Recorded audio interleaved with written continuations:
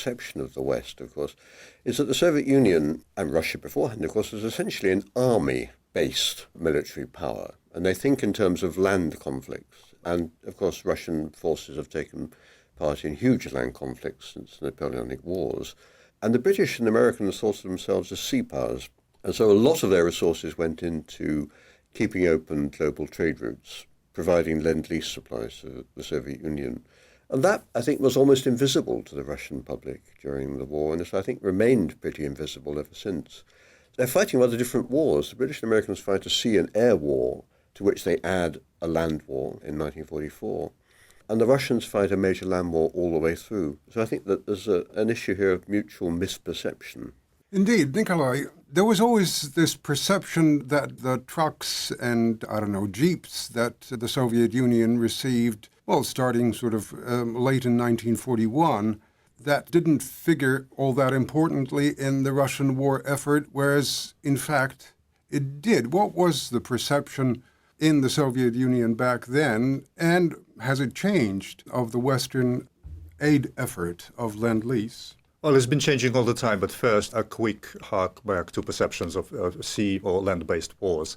Well, actually, I think it was Stalin or some other Soviet leaders who did advise Churchill that actually securing French coast early in the day would have saved a lot of tonnage cross-Atlantic shipping, because a lot of U-boats, German U-boats, operated from French ports. So securing, by landing there, securing those ports would have stopped German U-boats going out into Atlantic and sinking huge loads of help, which is what was going from the States both to the United Kingdom and the Soviet Union.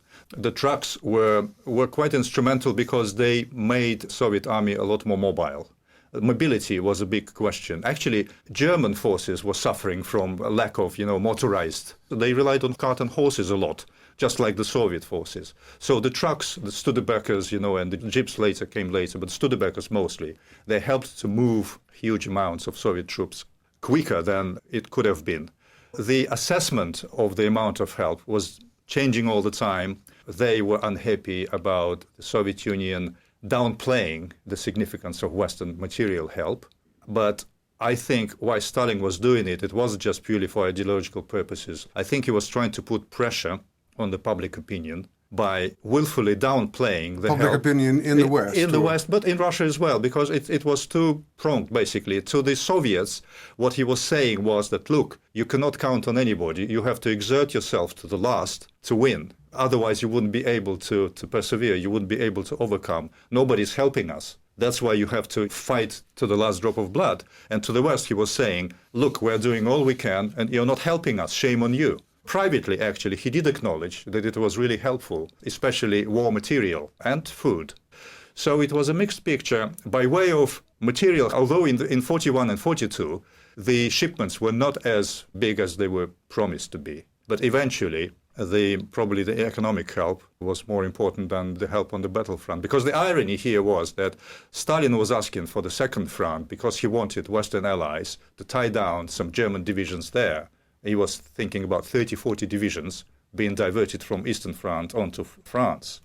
Now, when the second front was opened, actually it was the Western allies who were asking Stalin to start up another offensive to tie down some more German divisions on the Eastern Front to help the allies in the West. So whether the Western Front, in terms of tying down divisions, was really that crucial is a big question. June 6th, Operation Overlord, and 1944, obviously, and a couple of weeks later, Operation Bagration. How coordinated was that, Richard Overy? Well, it was coordinated less, I think, than the Western Allies would have liked, because they wanted Soviet troops to move a bit sooner to make it even more difficult for the Germans to reinforce in the West. They could only launch the operation when it actually was militarily prepared. Anyway, they knew that when they launched the operation, it would have a devastating effect. I think Stalin knew perfectly well that the 1.5 million men massed for Operation Bagration would sweep aside Army Group Center. And he knew that the Allies in the West would get bogged down in Normandy. And so that you have this spectacular campaign launched in late June and early July. It smashes Army Group Center. And Army Group Center is 5 times larger than the number of troops concentrated in Normandy. So the contrast, of course, is an immediate one. And that's also the why, quality of the forces. And the quality of the forces, too. When D-Day happens, the Germans have 160 serviceable aircraft in Western Europe. I mean, it's a joke. Even then, maintaining a lodgement area with inexperienced troops that take high casualties, high psychiatric casualties, slows up the Allies. I have to say, that's one thing I think that Stalin and the Soviet leadership, military leadership, could never understand. The Soviets took colossal losses, casualties in war. And Stalin was always saying to Churchill, what's wrong with your men? Why are you so afraid of people being killed? But actually the Americans and the British were very afraid of high casualties because they were democracies when they had to sell these casualties to their publics.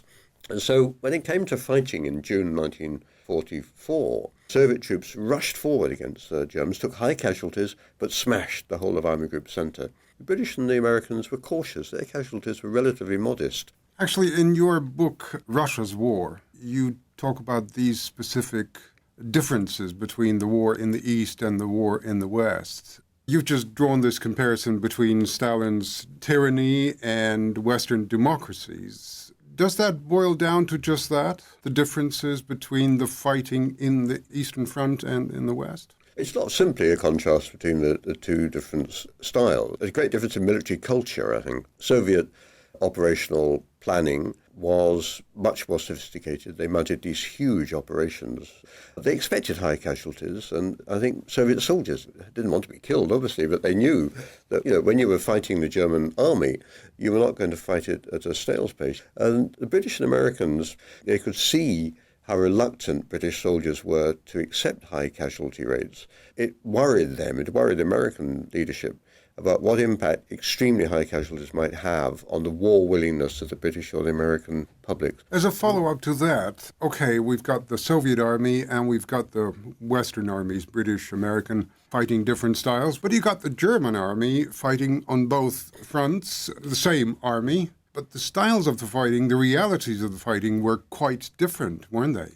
I think that in both cases, the German armed forces displayed high qualities of organisation, fighting power, and so they were able, in fact, to hold the Allies up in the West with relatively modest forces, simply because they had a lot of operational experience, they had soldiers who were well trained, they had officers who understood how to take initiatives. Well, they carried on doing that on the Eastern Front, but the simple question is, why do the Soviets win? The Soviets win because they've learnt their lessons. Soviet operational art by 1944 has become very sophisticated. We talk about allies, this alliance of convenience, not even convenience, alliance of necessity between the two sides, between the Soviet Union and the West, particularly in Britain's case, a sworn ideological enemy of some years ago. How did perceptions in the Soviet Union, how did they change over the years since before the wars and since the start of the war? What were the high points in Russia's sympathy towards the West? That was quite a change, wasn't it? I think the highest point probably was the meeting on the Elbe River between the Soviet and American forces. Back then or post-war? Actually, after the meeting on the Elbe, it was a kind of a gradual but steady sliding back into suspicions.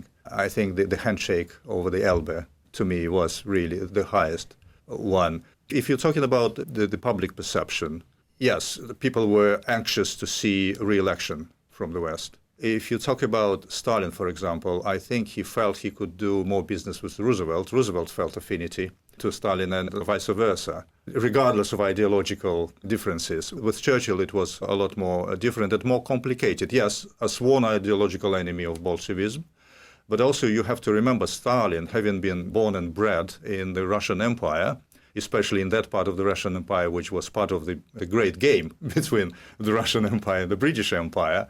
Stalin's perception of Britain was that Britain was the sworn enemy of Russia because of its imperial interests in that part of the world.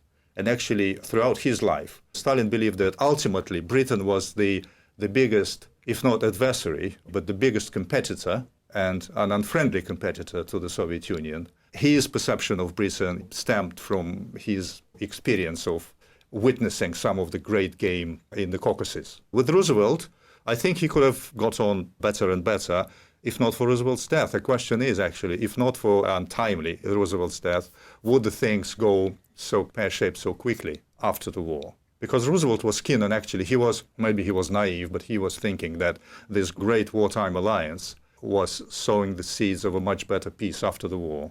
The alliance, well, the military alliance of necessity, if I may use the phrase, was fairly short-lived. And we know that literally a year after the Normandy landing, there was this Operation Unthinkable, authored purportedly by Churchill and envisaging the deployment of Western Allied troops and the remainder of the German army, deploying them against the Russians.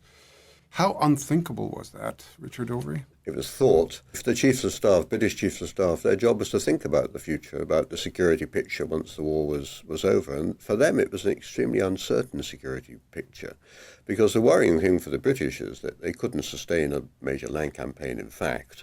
But there you have a huge Red Army, 400 divisions and so on, sitting there in Central Europe, and you don't know exactly what Stalin has in mind. So I think it's not so much ideological division in 45 that really opens up that gap, but it is security anxieties. Stalin is very anxious to establish a security regime in Eastern Europe which will ensure that the Soviet Union doesn't suffer what it had suffered during the war. Was Stalin motivated by ideology or geostrategy? It's motivated by both. In ideological terms, of course, in the long run, he hopes, in fact, that Europe will become a communist federation and so on, and that somehow the working class will free itself. But Stalin also has a profound sense of geopolitical reality. I think that, of the three, Roosevelt, Churchill and Stalin, who emerge as great leaders from the Second World War, Stalin, in a sense, has the better grasp of realities. Thinking about the climate today, does it seem like the lessons have been learned? Well, I'm not sure what lessons are ever learned from history. We try our best as historians, I think, to point out the pitfalls that people might experience. But in fact, no set of circumstances is the same. Every generation of politicians has its own prejudices and ambitions. And I think that to learn from history, learn from 1914, to learn from 1939, it's easy to say it. It's actually much more difficult to practice it. Yeah, I think politically there are parallels. There are things that actually stem from the question of the Second Front right now. We know that especially in Eastern and Central Europe, once they got rid of Soviet dominance, there was a lot of resentment against all the monuments to Soviet soldiers, still is. The whole story of liberating of Eastern and Central Europe is now being treated by some quarters in those countries as not liberating but another occupation by another dictator. If we look back at the opening of the Second Front, what if, for example, the Soviet Union, actually it coincided, the opening of the Second Front in France coincided with the Soviet Union reaching its borders, western borders, and going into Eastern or Western Europe. The definitions differ here. What if Stalin decided to stop at the borders once he is expelled? Because when he addressed, at the beginning of the war, when he addressed the Soviet nation, the objective was actually to expel German invader from the Soviet territory. Mission accomplished, the Soviet troops stay on the border, Germany survives. Would the D-Day be possible at all? If not, what would be the political makeup of Europe right now? Would there be still a Third Reich or something, which would have developed from that? Why the Soviet Union moved into Europe? Was it to liberate or to grab? Because as I'm saying, had the Soviet Union stopped at the border, would a D-Day be possible? Would Europe be liberated in 45 or 46 or 47? And that's what I think a lot of politicians, especially populist politicians in Europe, should ask themselves these days when they would be marking the 70th anniversary of the D-Day landings. Would they be free to speak as they are speaking now, or would there be a absolutely different makeup and setup in Europe because of the Soviet Union not liberating them? In this program, we marked 70 years since Operation Overlord was launched on June 6, 1944, the Allied landing in Normandy. In the studio with me were Nikolai Gorshkov, a Russian journalist and historian, and Richard Overy, the noted British historian and author. Thank you, gentlemen. I'm Dmitry Linnik, and this is The Voice of Russia in London.